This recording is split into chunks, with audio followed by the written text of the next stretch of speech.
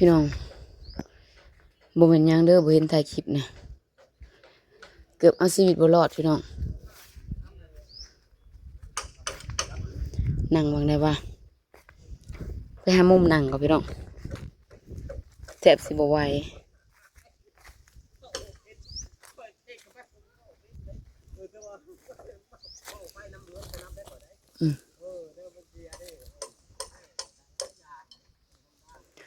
อันนี้มันเฮือนตะเขียว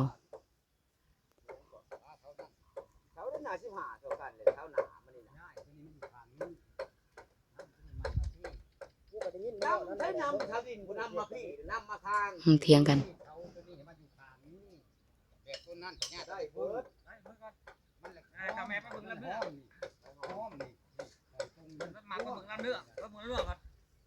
ห้อง50แล้วลูกขนาดนี้รถที่ต้นลูกก็ต้องมาบ่มีนั่นนี่ได้บ่พวกแม่กูบอกว่าพ่อผู้ต้มนะครับไปรถน้ำบัดนี้ตอบไปธรรมชาติซะก่อนบ่ได้มันจะไอ้หรือมีแต่เสียเบิดบ่เห็นนอนรับนอนรับบ่เจ้าก็ยังเบิดบ่อาจจะไม่ใส่ยามันจะเป็น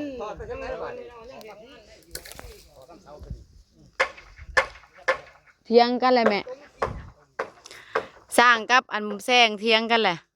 โอ้ยบ่ได้เถียงอันนี้เพิ่นเว้าดังซื่อๆในบ้านเพิ่นกับคณะเพิ่นก็เว้าไปแม่นนั่นแหละบ่แม่นจะใช่กันดอกอันนี้แป้นเอาขึ้นมาห้องนี่ห้องเพิ่นย่านตกสิได้บ่ได้สักคู่ได้ในบ้านประกาศกันเนาะทักทายสบายดีพี่น้องโอ้ยเมื่อทอดประกาศฮอดบ่ฮอดบ่ได้อันนี้แม่นตลอดเมื่อทอด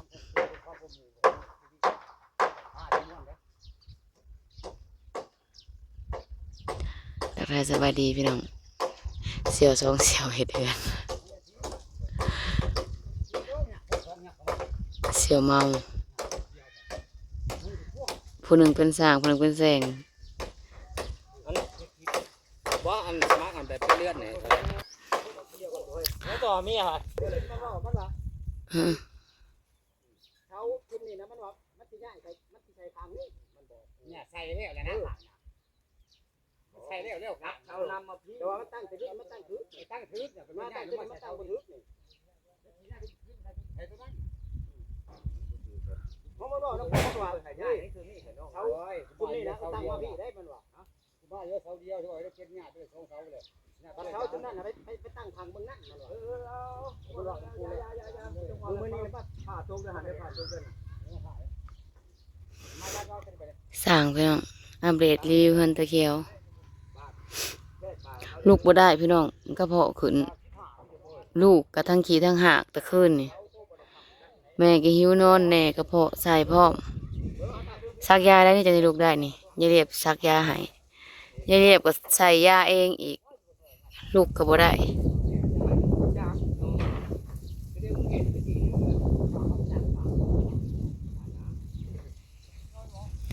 เป็นเฮือนสองชั้นพี่น้อง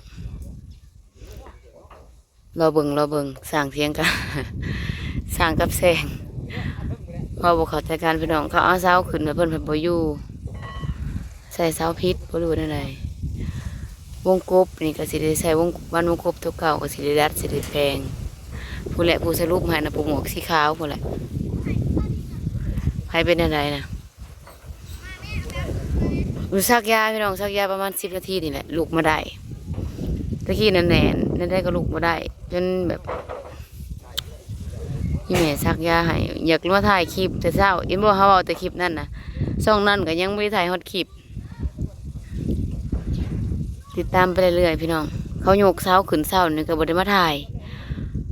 ลูกแอบแม่ก็จนสิบ่รอดมันแอบตั้งแต่ตื่นนอนพาไปหาหมอมาจน9 โมง 10 โมงพี่น้องจน9 โมงแม่มันแอบเฮ็ดอันใดก็ผิดให้บ่เคยเป็นจักเทื่ออย่าว่ามันหดหูมันพี่น้องเพราะแต่เกิดมันบ่ค่อยแอบปานใดอีนี่มื้อนี้สุดนี่มันเฮ็ดหนักอีหลีมื้ออื่นนี่ก็ครบรอบมัน2 ปีแล้วมันยืดห่าง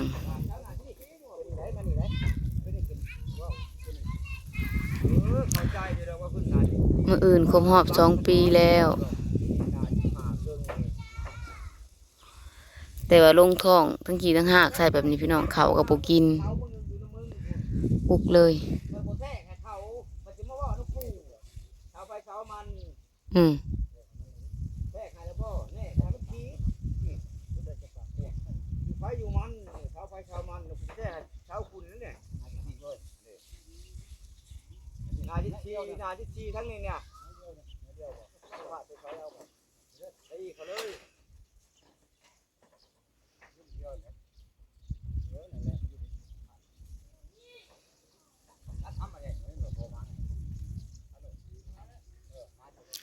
ตะเขียวอืม อันนี้เกี่ยวเลยก็ได้เอาเข้าไปเที่ยงนะเขาจะเที่ยงก็ได้เที่ยงเลยนะ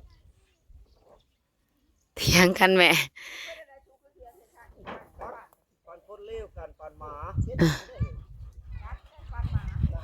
กัดหมาเลยนี่คุณพันเนาะว่าเลยน่าที่เสียบอกเขาเอาไปว่าให้คือบ่เฮ็ดเถิงนะมึงได้หาแล้วว่าไปเฮาโลดนี่จะช่วยเขาโลด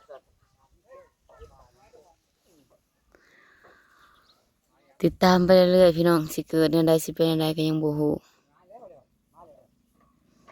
ผมยายก็ถอดล็อกแขนแล้วก็ซักยาให้ลูกให้คิดเอาว่านักหรือบ่นักน้ำตอนเช้าอาบบ่ได้จบ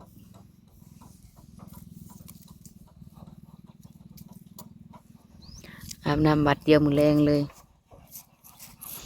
สิเบิดงบหลายๆพี่น้องเพิ่นหันก็สิมุงเอาเครื่องขึ้นไว้แล้วก็มุงแล้วก็ปูไว้แล้วก็เบิดหรือว่าสิแอมอีกหรือบ่อีหยังก็บ่ฮู้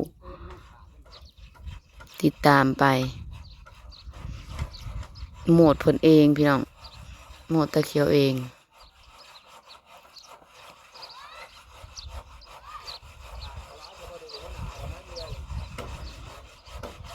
อืม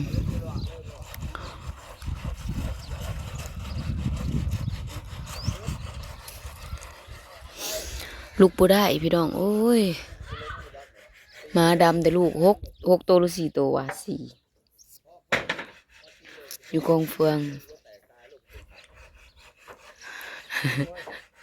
ผู้ตัดสินน่ะยิงแก้วอยู่หลุมน่ะเบิ่งใกล้ๆอยู่บ่วะเจ็บหัวพร้อมพี่น้องก็สิเป็นไข้นี่แหละซักยาแล้วจังได้ไม้มากระเพาะกะงานดองติดต่อพี่น้องวันที่31วันที่1นี่ก็ดองเอื้ออีกคือสิบ่กินแล้วเบียร์บัดนี้กินบ่ได้เลยกระเพาะขึ้นสุดก่อนแล้วก็มากินดองกินเบียร์ดองเขา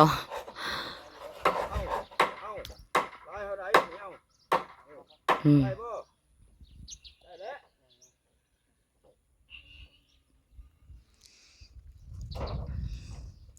ผู้ตัดสินมันลูกเคยหมวกขี้ขาว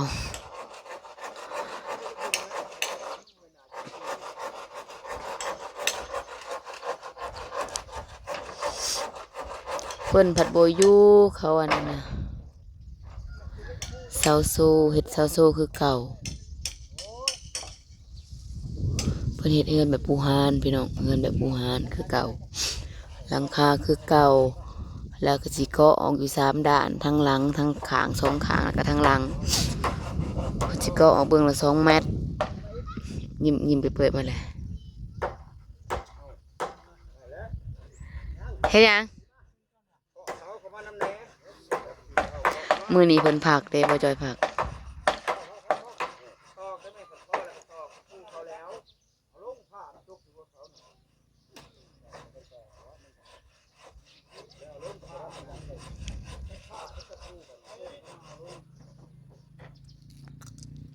นอนบ่เต็มอิ่มข้าวก็กินบ่ได้กระเพาะขึ้นพี่น้องนอนบ่อิ่มแล้วกระเพาะก็ขึ้นโลดแล้วกินข้าวบ่ได้เข้าไปอีกแฮงกะเต็ก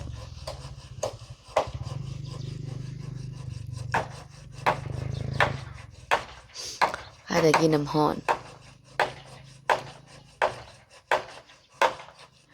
ฝากเบิ่งฝากชมฝากเป็นกำลังใจเลยพี่น้องเด้อช่วงนี้ตัวอันตะขาดแห้งอีหลีเบิดเงินไปหาแต่หมอลูกแม่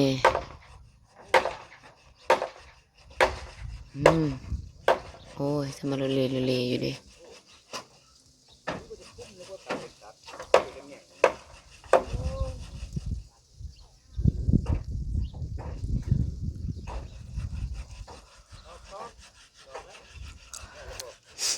อย่าเฮ็ดให้ลูกๆเพราะลูกๆเขาบ่มักเขาบ่แม่นสไตล์เขาบัดนี้อ้าว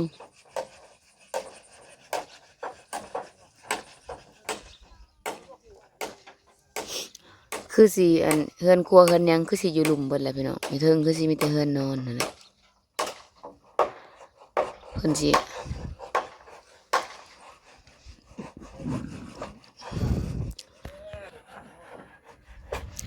ไม้เสื้อลาคือว่าสิไม้เสื้อลา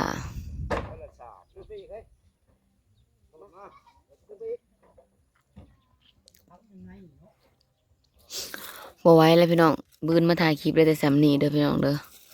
พอได้จบคลิปพอแล้วก็เมื่อย